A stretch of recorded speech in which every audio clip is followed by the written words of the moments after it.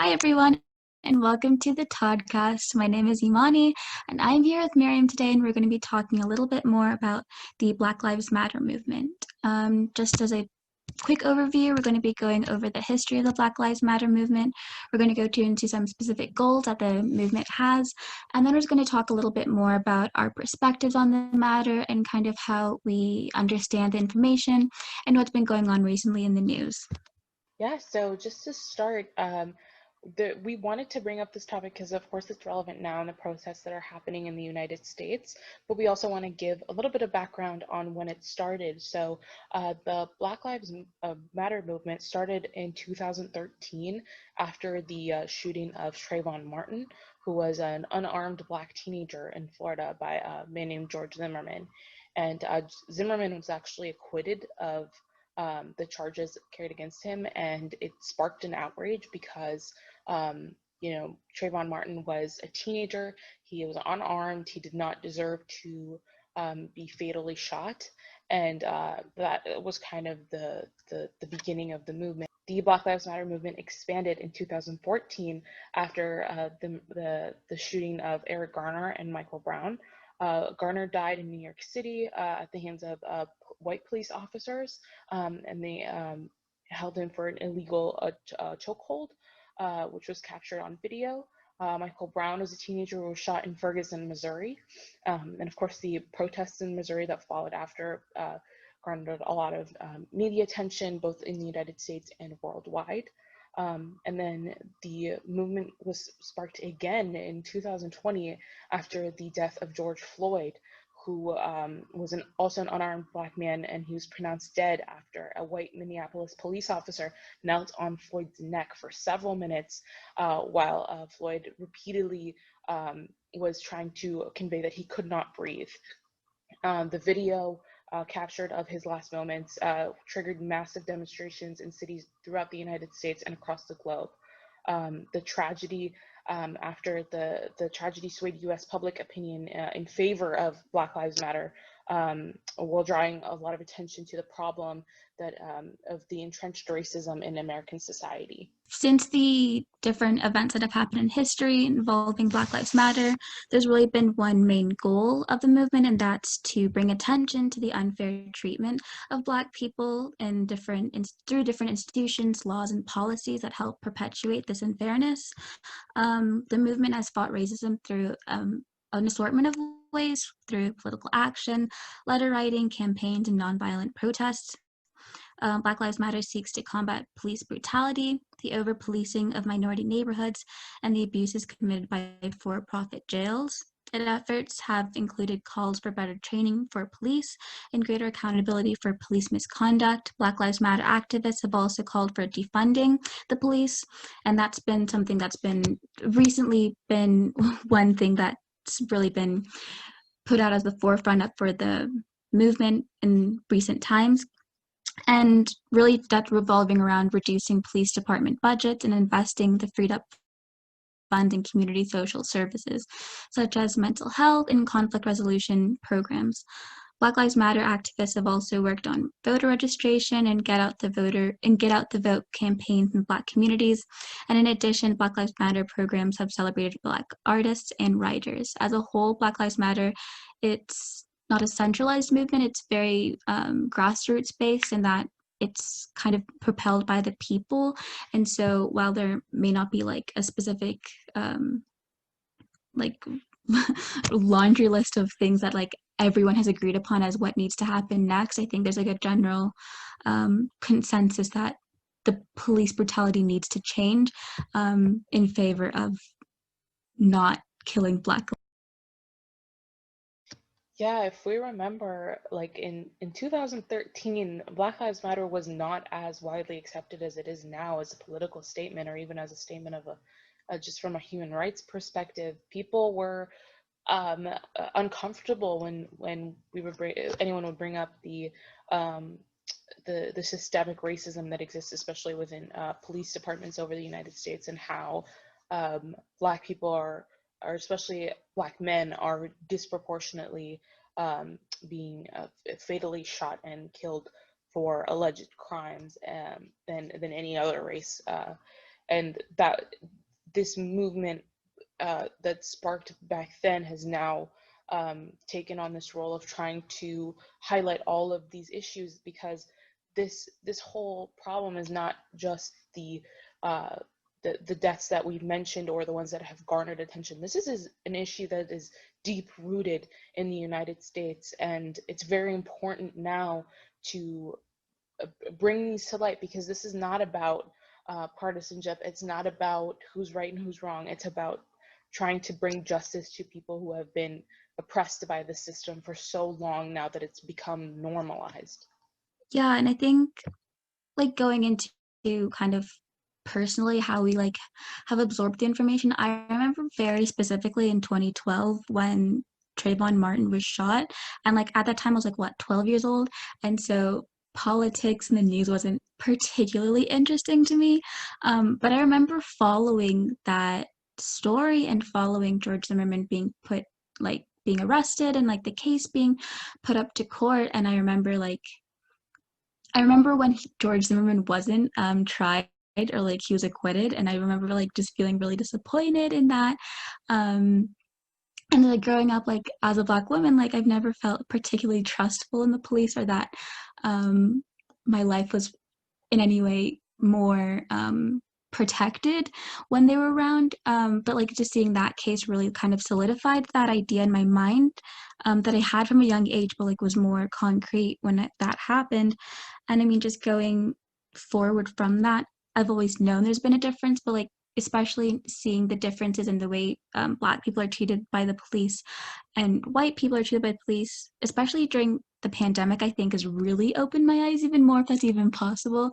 Because I mean, when COVID broke out, everyone was kind of just trying to work together because everyone was struggling and nothing was really going out the way anyone knew or like thought was going to happen. And then you just see protesters, like white protesters, like spitting at police because they don't want to wear masks, they don't want to stay socially distant, and then police still calmly talking to them, still taking the time to explain to them why these measures are in place, and just really giving them the most benefit of all of the doubt. And then you turn the channel and then you see like George Floyd having police to stand on his neck as other police officers watch as people are standing by telling them like they're killing this man. Or you have Breonna Taylor who was shot in her own home.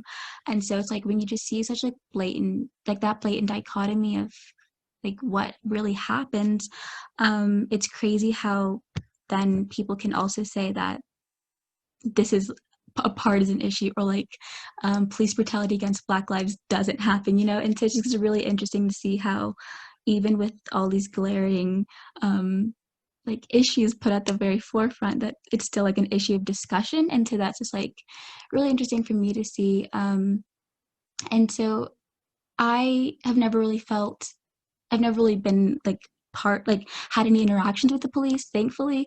But I've always felt the fear for like, especially like the Black men in my lives. Like I have a younger brother who's like in high school, and so like I always caution him not to walk outside at night or with a hoodie, because like it's a genuine fear that I have that like just some random cop could mistake him for like doing something bad, and just like, you know, and that be at the end of it. And it's just like so sad because like I see some of the boys and men who would get shot, and like I can't even imagine what their lives were like before, because they're just profiled instantly. And when I think of my brother, like he seems like he might, I don't know, in someone's eyes he might be a threat, but when I look at him I just see this like nerd who likes Naruto and like needs to do more for his college applications. Like I just see that and like think of the way police might see him, and it's just like really scary to think about. And I don't know if necessarily people put those two things together when discrediting Black Lives Matter. And just like I think my hope from this discussion is that people look more so at the person and not maybe necessarily what the person who got shot might have done or could have done.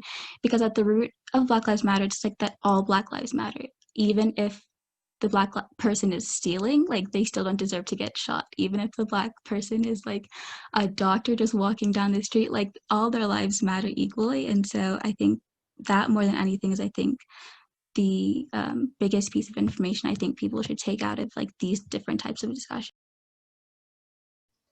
Absolutely. I totally agree with you. I have a younger brother as well, and we're African. He has dreads, and he walks in the city alone at night, and I fear for him because as people of color, we don't get to have the benefit of the doubt the same way that non people of color do, or white people, because they get to have these confrontations with law enforcement, and they don't feel like their lives can be taken away at any second because of the minute that you have some melanin to your skin, it seems to change the narrative around around that conversation, and immediately the tone shifts. Where we had just seen before the Black Lives Matter protests, the protests to open America back up for quarantining, and people who were refusing to do that, and the law enforcement wasn't really doing anything to fight back at all. They were letting them, like you said, spit, hit, throw things, and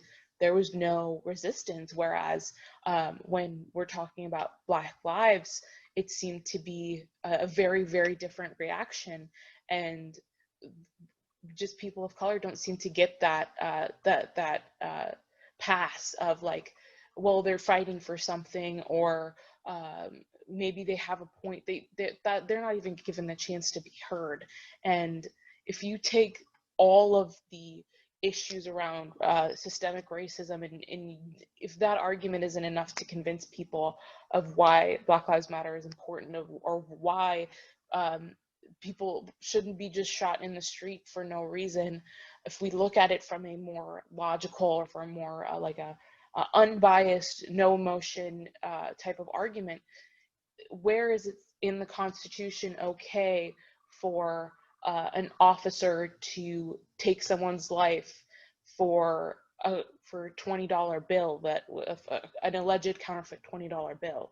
You know, if that was true, if that he had actually done that, George Floyd, there's a process for that, and it's called arresting him and then taking him to jail, and then he can have a lawyer, and there's due process. He could go speak in front of a judge.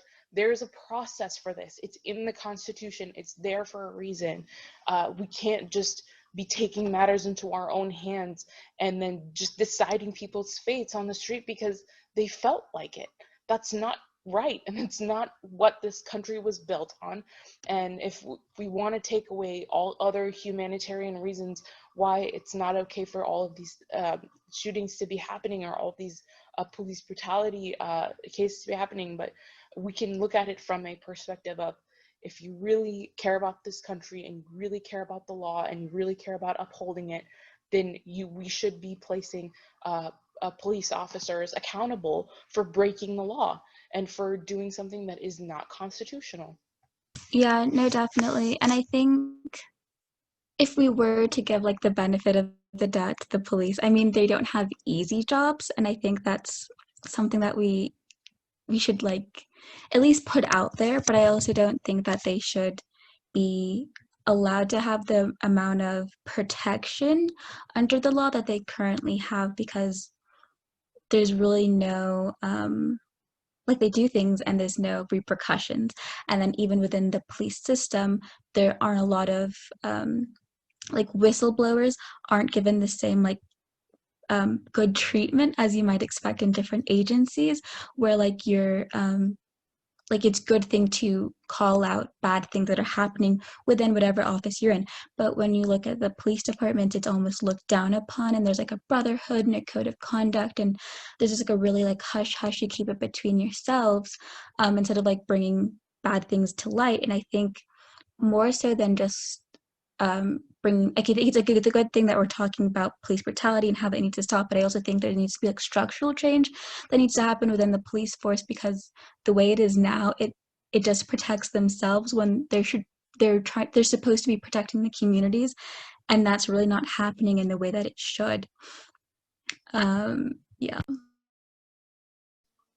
Oh yes, 100%. Because that's exactly why the protests are still happening. It's because we're not seeing that change. We're not seeing a response that is in at least attempting to rectify the mistakes of the past. And if we don't do that, then these things will just keep happening and people will continue to lose their lives. And I think people are starting to realize that this is not a one-off random case. This could be your neighbor, your colleague, your friend, your um, relative. Like this is a more personal issue now than it ever was, and that's why I think it's important for us to be still talking about it and to discuss it. And it's kind of why we wanted to talk about it today here.